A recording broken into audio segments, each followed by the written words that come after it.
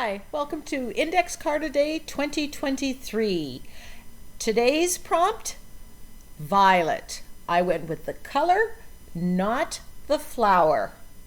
And the reason for that is leftover paint. I had some leftover paint, deep violet and orange, and I didn't want to waste it, so I decided to take it, put it on a piece of, this is a packaging from a stencil. I'm adding water and I'm going to smoosh it on a gessoed substrate. In this case, my card base. So I'm putting down the deep violet. At this point, I really wasn't thinking about the prompts for the Index Card a Day challenge. It was when I got to the end of smooshing that I realized, oh, how am I going to use it? And then I realized, I did use the color violet, so I'm going to go with that. At this point, I had no idea where this was going to go or what I was going to use as a focal image. I just thought, you know what? Just go with it. Let's see what can come out of it. Here I'm adding the orange, adding the water, and smooshing on top. Smooshing is a great way to get a first layer of color or base color down. It is a little bit unpredictable. You never quite know what you're going to get. But I absolutely love, love, love the effect of it. But you got to give up a little control.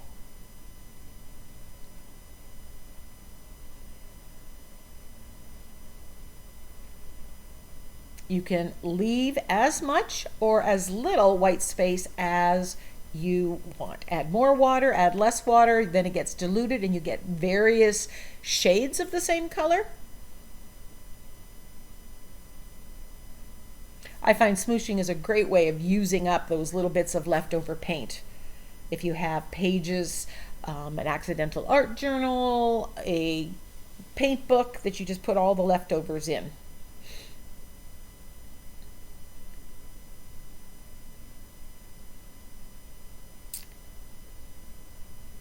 So once this was completely dry, I decided to do some stenciling on top, and I grabbed this big spools stencil. Now, didn't hit to turn on the camera, so I lost footage. So I am going to recreate the steps that I did on a different background. So here I've used the deep violet with turquoise, and there's the big spool stencil.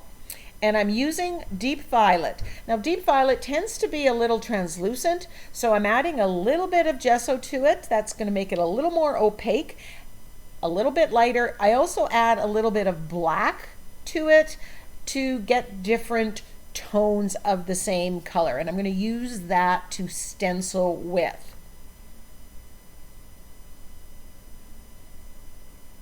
This big spool stencil is one of the newest ones from the Crafter's Workshop. I just got it the other day, so it's getting the first layer of paint. I love circles and I love the geometric in it. Just makes it quite interesting. Now, in order to make things easier for me, I am just taping down my stencil.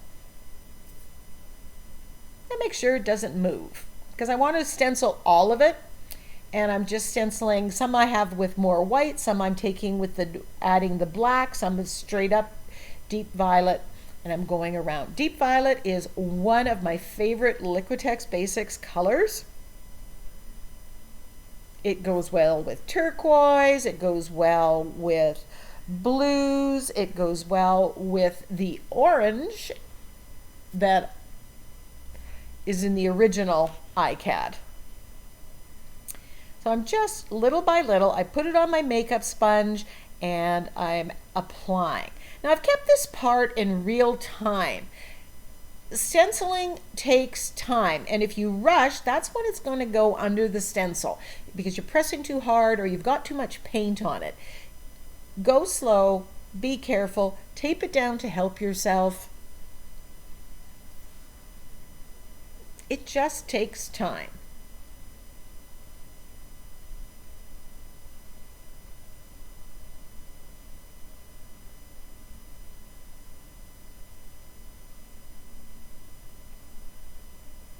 So I put the 3 rows, that's the full of the stencil, so I have to get another row or partial row of this same stencil for here. So I'm just kind of flipping it over and connecting it,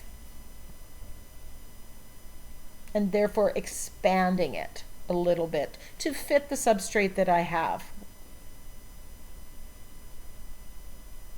Some stencils are easier to do that with. This one was super easy, so I like that.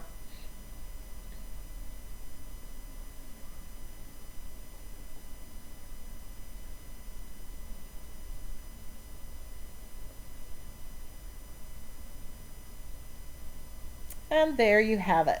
Now at this point, I thought to myself, you know, there's big openings, and when there's big openings on a stencil, that's a great time to stamp through the stencil. So I'm positioning the stencil back on, taping it back on, and I'm grabbing my Stampendous dot stamp, and I am going to go with white paint for the contrast. On the ICAD, I use black. Now you can use any smaller scale stamp and stamp through stencils like this that have big openings. And I'm putting on the acrylic paint with the brayer.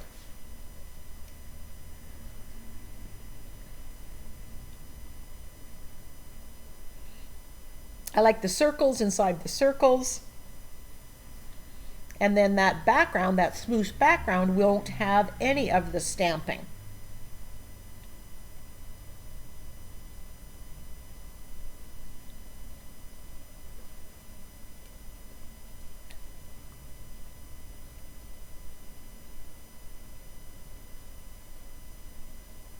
Loving the look. And it's imperfect. I'm not getting perfect stamps.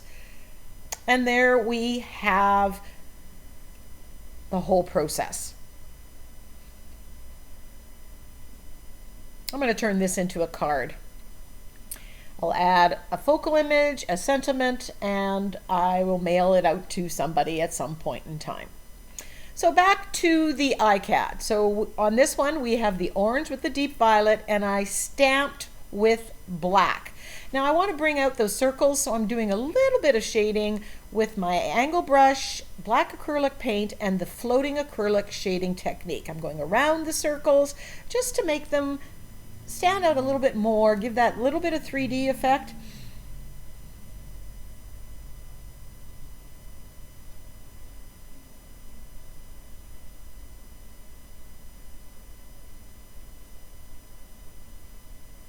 And I don't show all of this. I just took my time, I went one at a time. I think I even forgot one.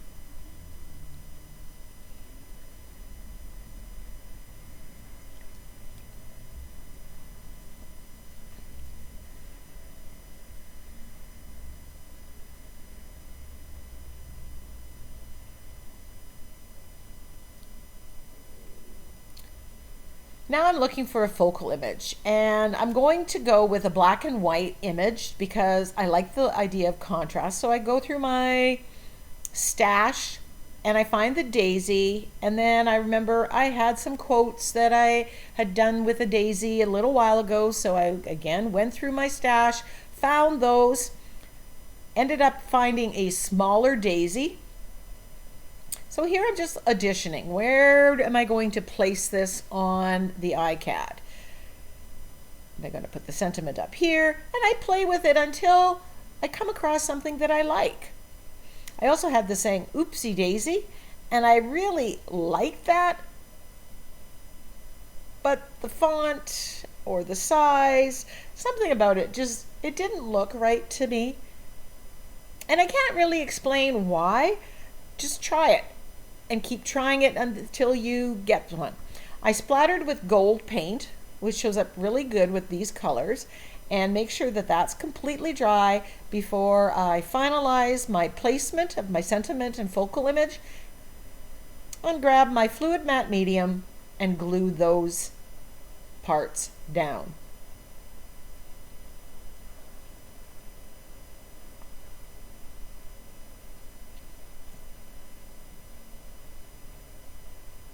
I like how the circle in the middle of the daisy kind of goes with the circles that I stenciled on there. You want different parts of what you've put in there to work together, to be very cohesive.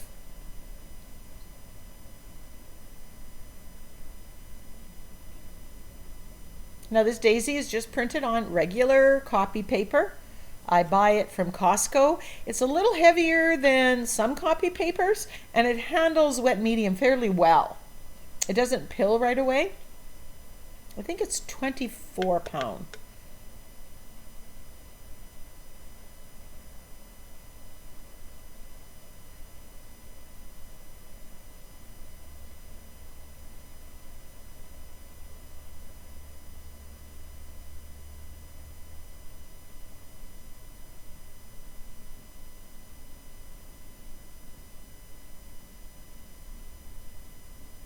Making sure that I cover it with matte medium on top. That seals the paper, turns it into a non-porous surface. So if I now want to paint it or colorize, it's going to be easy. It's not going to soak into the paper.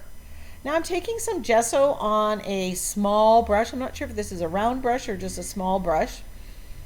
And I'm just painting over it, and so this will make it look more like it's a painted daisy as opposed to a glued on daisy.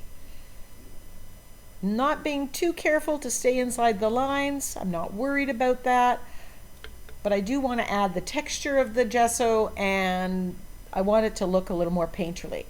I want to make the center of this circle stand out, the center of the flower stand out, so I'm adding some yellow oxide, and then I grab some of the orange to tie it in with that orange that's in the background. I'll just keep playing till I'm happy with it.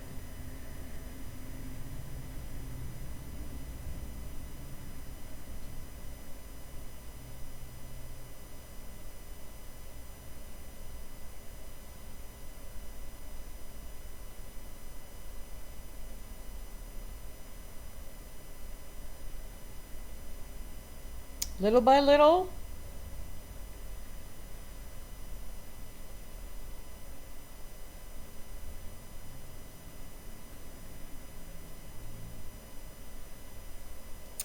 and I'm taking the angle brush and I'm shading around the daisy and the sentiments just to make them stand out from the background. Finishing 101.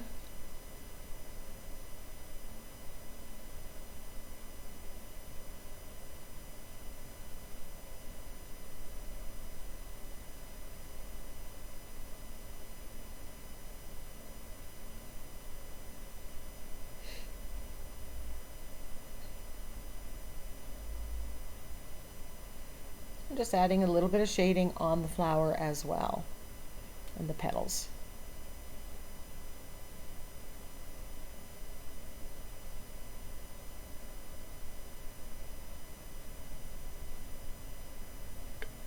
I made a pocket out of copy paper and I slide the card in there. That keeps the blank part of the card clean, or in this case, other ICADs clean from getting a mess on them.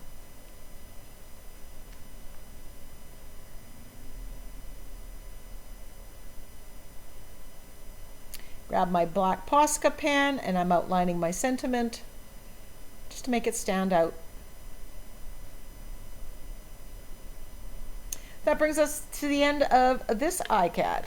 Are you doing the ICAD challenge? Remember, don't be afraid to make it your own. And, well, have a nice daisy.